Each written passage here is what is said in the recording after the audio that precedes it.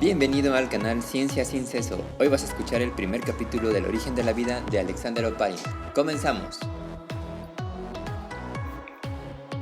Capítulo 1. La lucha del materialismo contra el idealismo y la religión en torno al problema del origen de la vida. ¿Qué es la vida? ¿Cuál es su origen?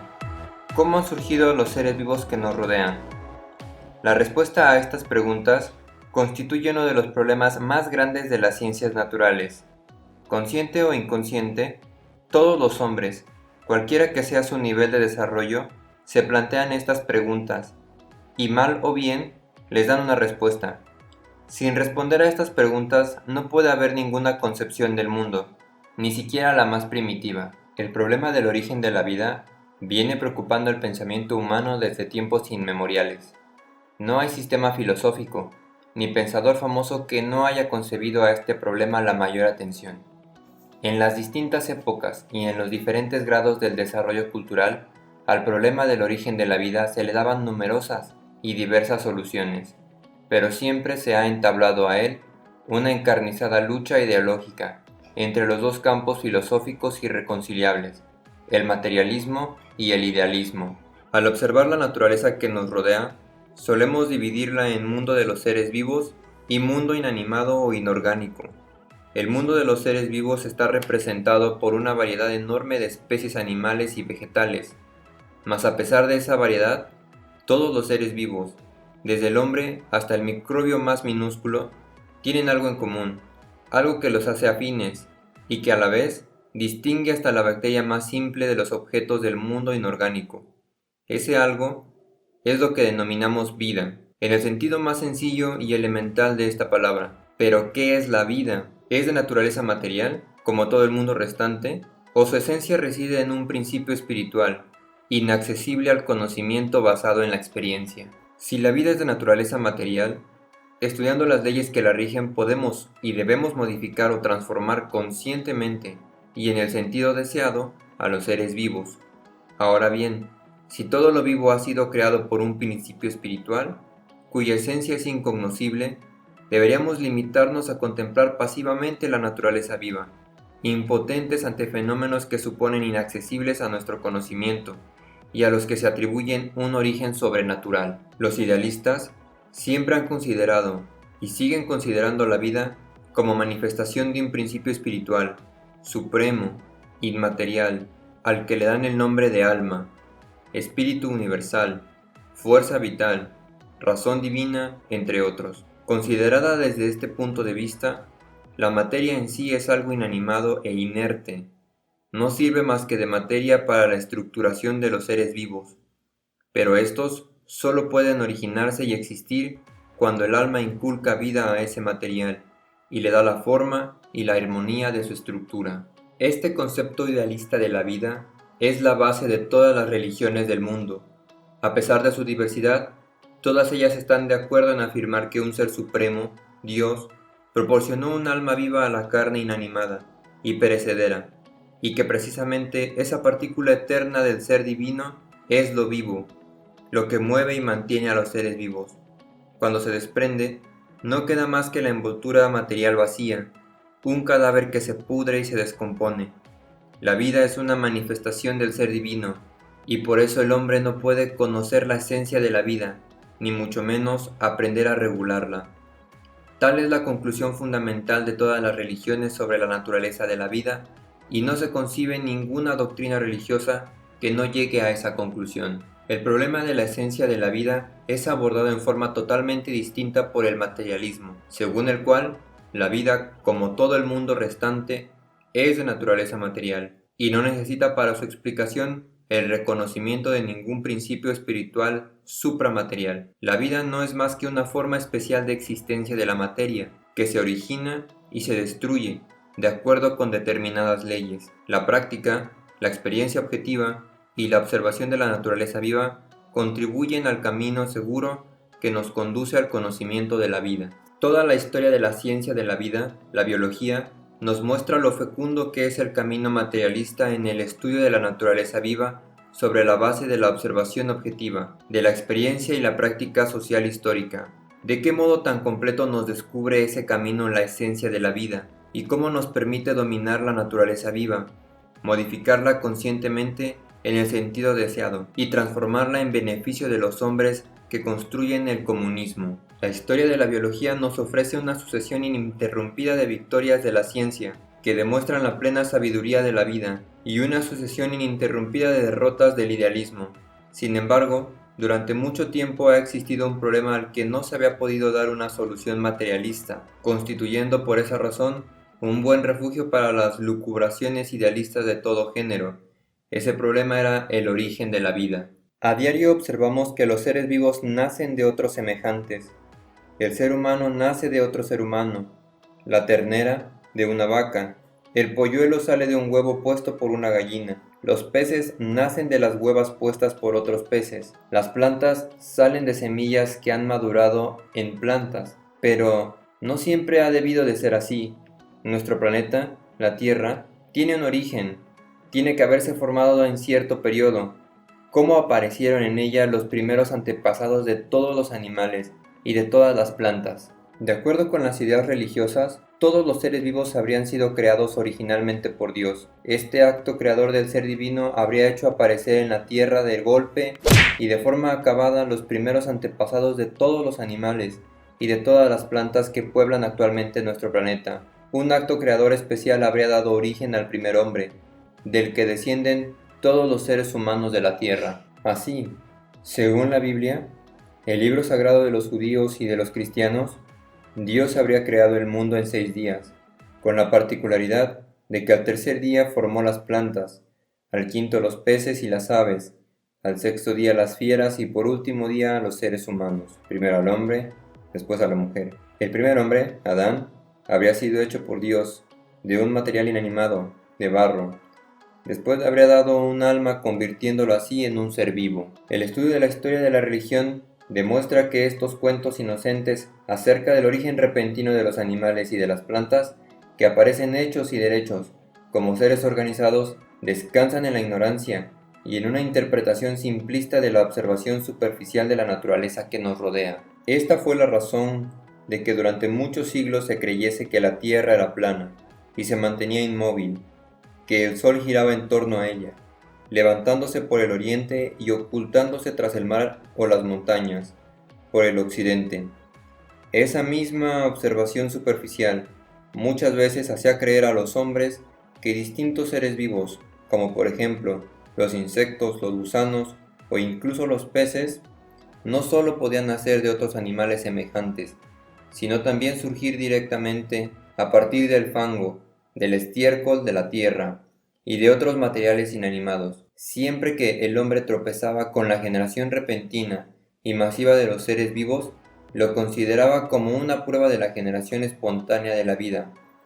Y aún ahora, cierta gente inculta está convencida de que los gusanos se generan en el estiércol y la carne podrida, y que diversos parásitos caseros surgen espontáneamente a partir de los desperdicios, las basuras y todo género de inmundicias. Su observación superficial no percibe que los desperdicios y las basuras no son sino el lugar, el nido donde los parásitos depositan sus huevos, y que más tarde dan origen a nuevas generaciones de seres vivos. Antiguas teorías de India, Babilonia y Egipto nos hablan de esa generación repentina de gusanos, moscas y escarabajos, que nacen del estiércol y de la basura, piojos que se engendran en el sudor humano, de ranas, serpientes, ratones y cocodrilos, procreados por el fango del Nilo, de luciérnagas que se consumen.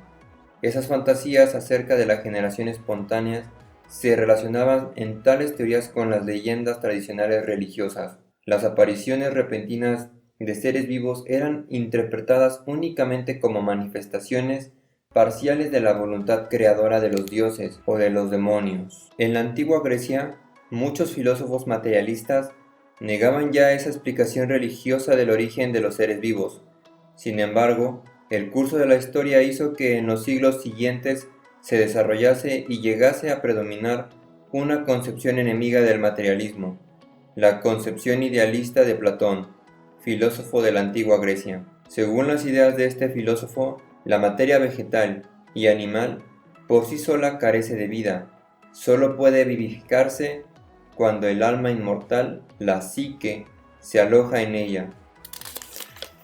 Esta idea de Platón desempeñó un gran papel negativo en el desarrollo ulterior del problema que estamos examinando. Hasta cierto punto, se reflejó también en la doctrina de otro filósofo de la antigua Grecia, Aristóteles, convertida más tarde en la base cultural medieval y que dominó el pensamiento de los pueblos durante casi 2000 años. En sus obras, Aristóteles no se limitó a describir numerosos casos donde los seres vivos, que según le parecían a él, surgían espontáneamente, sino que, además, dio a este fenómeno cierta base teórica. Este filósofo consideraba que los seres vivos, lo mismo que todos los demás objetos concretos, se formaban por la conjugación de cierto principio pasivo, la materia, con un principio activo, la forma.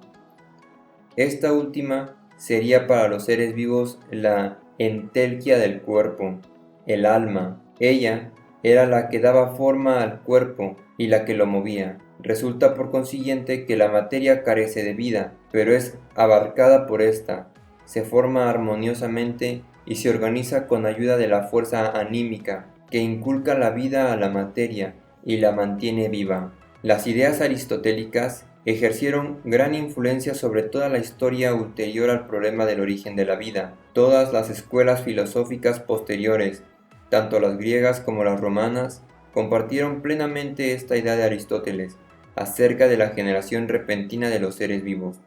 A la vez, con el transcurso del tiempo, la fundamentación teórica de la generación espontánea y repentina fue adquiriendo un carácter cada vez más idealista, hasta místico. Este último carácter lo adquirió en particular a comienzos de nuestra era, entre los neoplatónicos. Plotinio, jefe de esta escuela filosófica, muy difundida en aquella época, enseñaba que los seres vivos habían surgido en el pasado y surgían aún cuando la materia se animaba por el espíritu vivificador. Parece ser que fue Plotinio el primero en formular la idea de la fuerza vital, que pervive aún hoy en las doctrinas reaccionarias de los vitalistas contemporáneos. Para explicar el origen de la vida, el cristianismo primitivo se basa en la Biblia, la cual a su vez lo había copiado de las leyendas místicas de Egipto y Babilonia. Las autoridades de la teología de finales del siglo IV y principios del V, los llamados padres de la Iglesia, fundieron estas leyendas con las doctrinas neoplatónicas, elaborando sobre esta base su propia concepción mística del origen de la vida, íntegramente mantenida hasta nuestros días por todas las doctrinas cristianas. Basilio de Cesarea, obispo que vivió a mediados del siglo IV de nuestra era, en sus prédicas sobre el mundo, que había sido creado en 6 días, decía que, por voluntad divina, la tierra había engendrado en su propio seno las distintas hierbas, raíces y árboles, así como también las langostas, los insectos, las ranas, las serpientes, los ratones, las aves y las águilas. Esta voluntad divina, dice Basilio, sigue manifestándose hoy día con fuerza indeclinable. El beato Agustín, contemporáneo de Basilio y una de las autoridades más influyentes de la Iglesia Católica,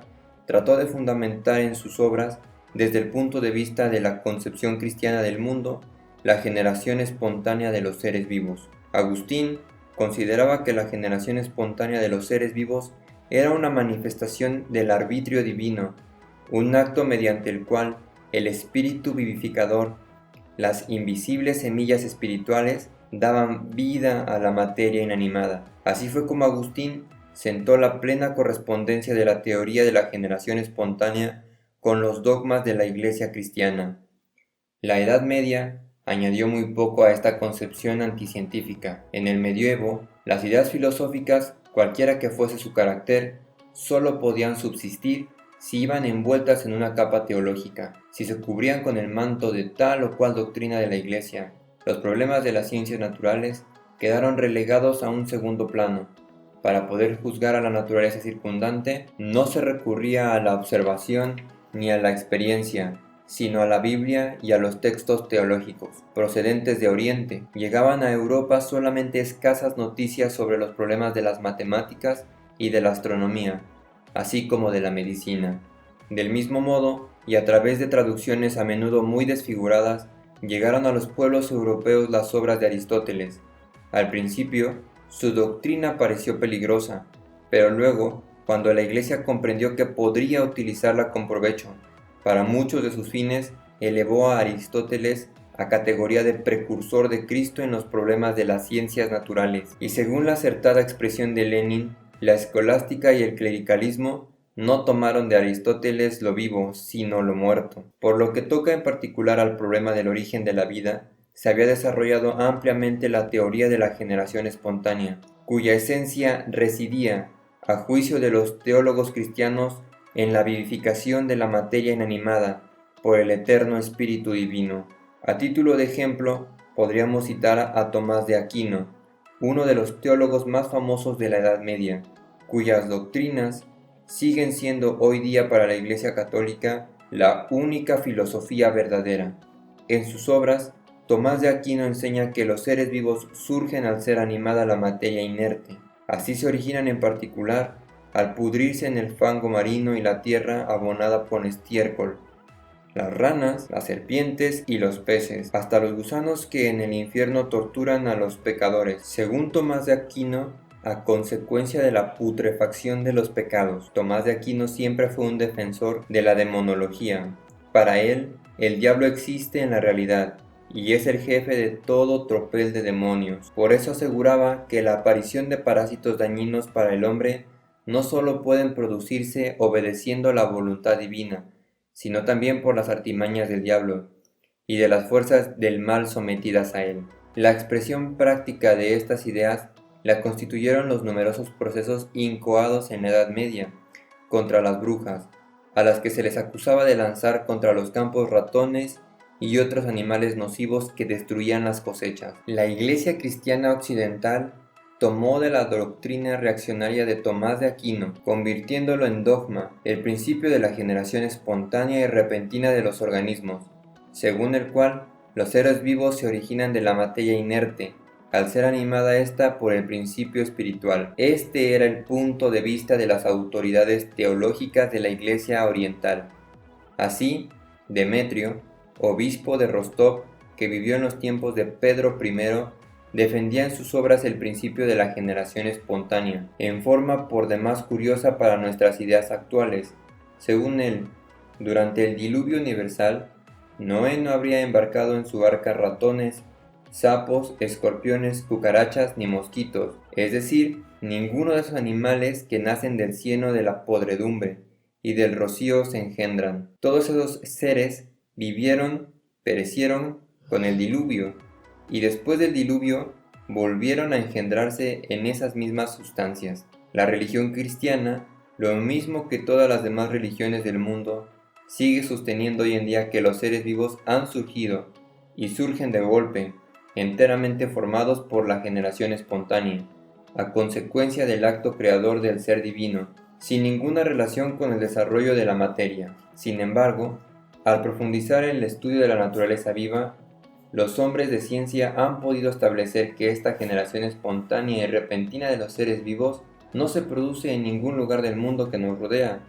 Esto quedó demostrado ya a mediados del siglo XVII para los organismos con cierto grado de desarrollo, en particular para los gusanos, los insectos, los reptiles y los anfibios. Investigaciones posteriores confirmaron también este acerto en lo que respecta a los seres vivos de organización más simple, e incluso a los microorganismos más sencillos, que a pesar de no ser perceptibles a simple vista, nos rodean por todas partes, poblando la tierra, el agua y el aire. Vemos pues que el hecho mismo de la generación repentina de los seres vivos, que teólogos de distintas religiones trataban de explicar como un acto en el que el espíritu vivificador daba vida a la materia inanimada y que construía la base de todas las teorías religiosas del origen de la vida, resultó ser un hecho inexistente, fantasmagórico, asentando en observaciones falsas y en la ignorancia de sus interpretadores. En el siglo XIX se asestó otro golpe demoledor a las ideas religiosas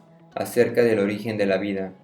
Charles Darwin, posteriormente con otros hombres de ciencia, entre ellos los investigadores rusos Timiryazev y los hermanos Kovalevsky y Menichov, demostraron que, a diferencia de lo que enseñaban las Sagradas Escrituras, nuestro planeta no había estado poblado siempre por animales y las plantas que nos rodean en la actualidad. Las plantas y los animales superiores, comprendiendo el hombre, no surgieron de golpe, al mismo tiempo que la Tierra, sino en épocas posteriores de nuestro planeta, y a consecuencia del desarrollo progresivo de los seres vivos más simples. Estos, a su vez, tuvieron un origen en otros organismos, aún más simples, y que vivieron en épocas anteriores, y así sucesivamente hasta llegar a los seres vivos más sencillos. Estudiando los restos fósiles de los animales y de las plantas que poblaron la Tierra hace muchos millones de años, podemos convencernos en forma bien patente de que en aquellos tiempos la población que vivía en la Tierra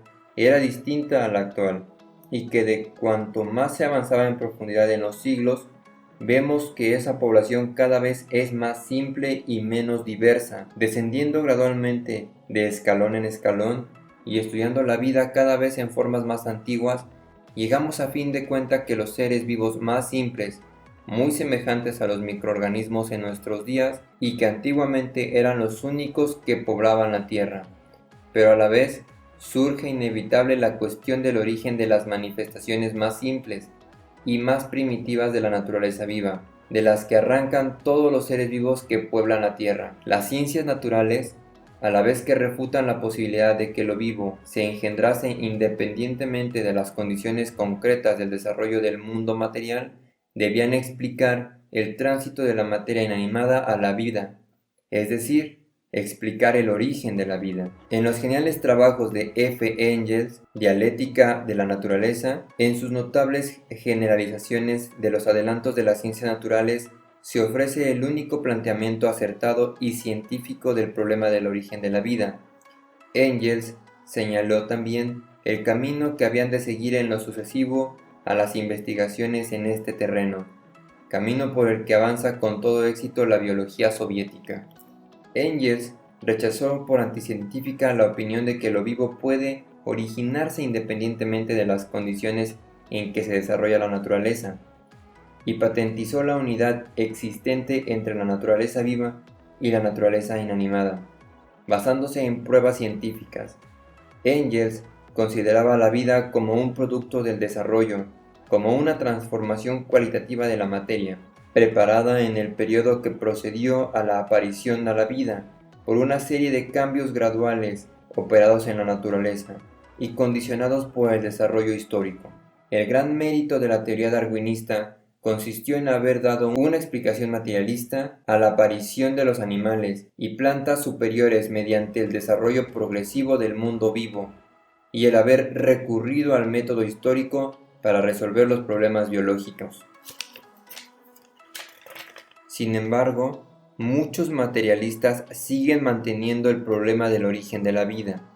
Aún después de Darwin, el viejo método metafísico de abordar este problema, el mendelismo modernismo, muy extendido en los científicos de América y de Europa occidental, sostiene el principio de que los portadores de la herencia, lo mismo de que todas las demás propiedades de la vida, son los genes, partículas de una sustancia especial, concentrada en los cromosomas del núcleo celular.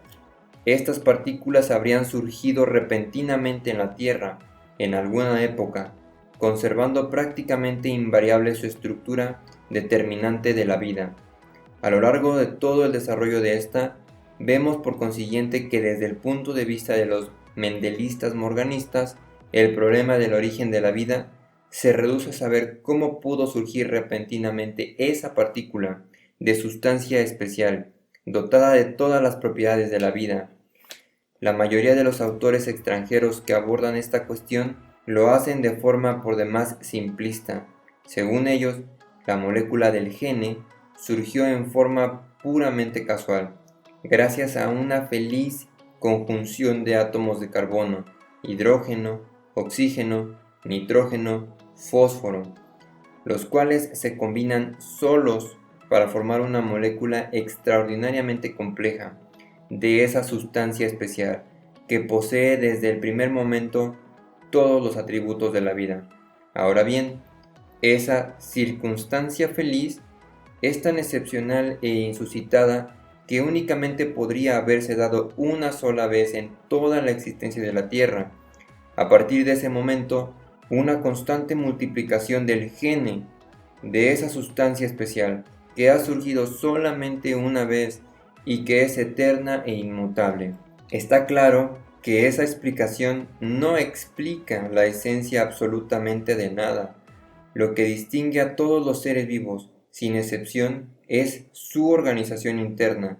Se halla extraordinariamente adaptada. Podríamos decir perfectamente adaptada al cumplimiento de determinadas funciones vitales: la alimentación, la respiración, el crecimiento, la multiplicación de las condiciones de existencia dadas. ¿Cómo ha podido surgir mediante un acto puramente causal esa adaptación interna tan característica para todas las formas vivas, incluso para las más elementales? Los que mantienen ese punto de vista niegan de forma anticientífica la regularidad del proceso que da origen a la vida. Consideran que este acontecimiento, el más importante de la vida de nuestro planeta, es puramente casual y en consecuencia no pueden darnos ninguna respuesta a la pregunta planteada, cayendo inevitablemente en las concepciones idealistas, místicas, que afirman la existencia de una voluntad creadora primitiva, de origen divino y de un plan determinado de creación de vida. Así, en el libro de Schrödinger, ¿Qué es la vida desde el punto de vista físico?, publicado recientemente en el libro del biólogo norteamericano Alexander, la vida, su naturaleza y su origen, y en otras varias obras de autores extranjeros, se afirma claramente que la vida solo pudo surgir a consecuencia de la voluntad creadora de Dios. El mendelismo-morganismo se esfuerza por desarmar el terreno ideológico a los biólogos, que luchan contra el idealismo, tratando de demostrar que el problema del origen de la vida, el más importante de los problemas ideológicos, no puede ser resuelto si se mantiene una posición materialista. Sin embargo, esa afirmación es totalmente falsa y se puede refutar fácilmente si abordamos el problema que nos ocupa manteniendo el punto de vista de la única forma filosófica acertada y científica, el materialismo dialéctico. Según el materialismo dialéctico, la vida es de naturaleza material. Sin embargo, la vida no es una propiedad inherente a toda la materia en general. Al contrario, la vida solo es inherente a los seres vivos, careciendo de ella los objetos materiales del mundo inorgánico. La vida es una forma especial del movimiento de la materia, pero esta forma no ha existido eternamente, ni está separada de la materia inorgánica por un abismo infranqueable, sino que por el contrario surgió de esa misma materia, en el proceso del desarrollo del mundo como una nueva cualidad. El materialismo dialéctico nos enseña que la materia nunca permanece en reposo, sino que se mueve constantemente, se desarrolla y en su desarrollo se eleva a peldaños cada vez más altos, adquiriendo formas de movimiento cada vez más complejas y más perfectas. Al elevarse un peldaño inferior a otro superior, la materia adquiere nuevas cualidades que antes no tenía. La vida es una nueva cualidad que surge como una etapa determinada, como determinado peldaño del desarrollo histórico de la materia. Por lo expuesto, se ve claramente que el camino fundamental que nos conduce con seguridad a la solución del problema del origen de la vida es el estudio del desarrollo histórico de la materia. En ese desarrollo, que condujo a la aparición de una nueva cualidad, a la aparición de la vida. Ahora bien, la vida no surgió de golpe, como trataban de demostrar los partidarios de la generación espontánea y repentina. Hasta los seres vivos más simples tienen una estructura tan compleja que no pudieron surgir de golpe, pero sí pudieron y debieron formarse mediante transformaciones sucesivas y sumamente prolongadas de las sustancias que lo integran.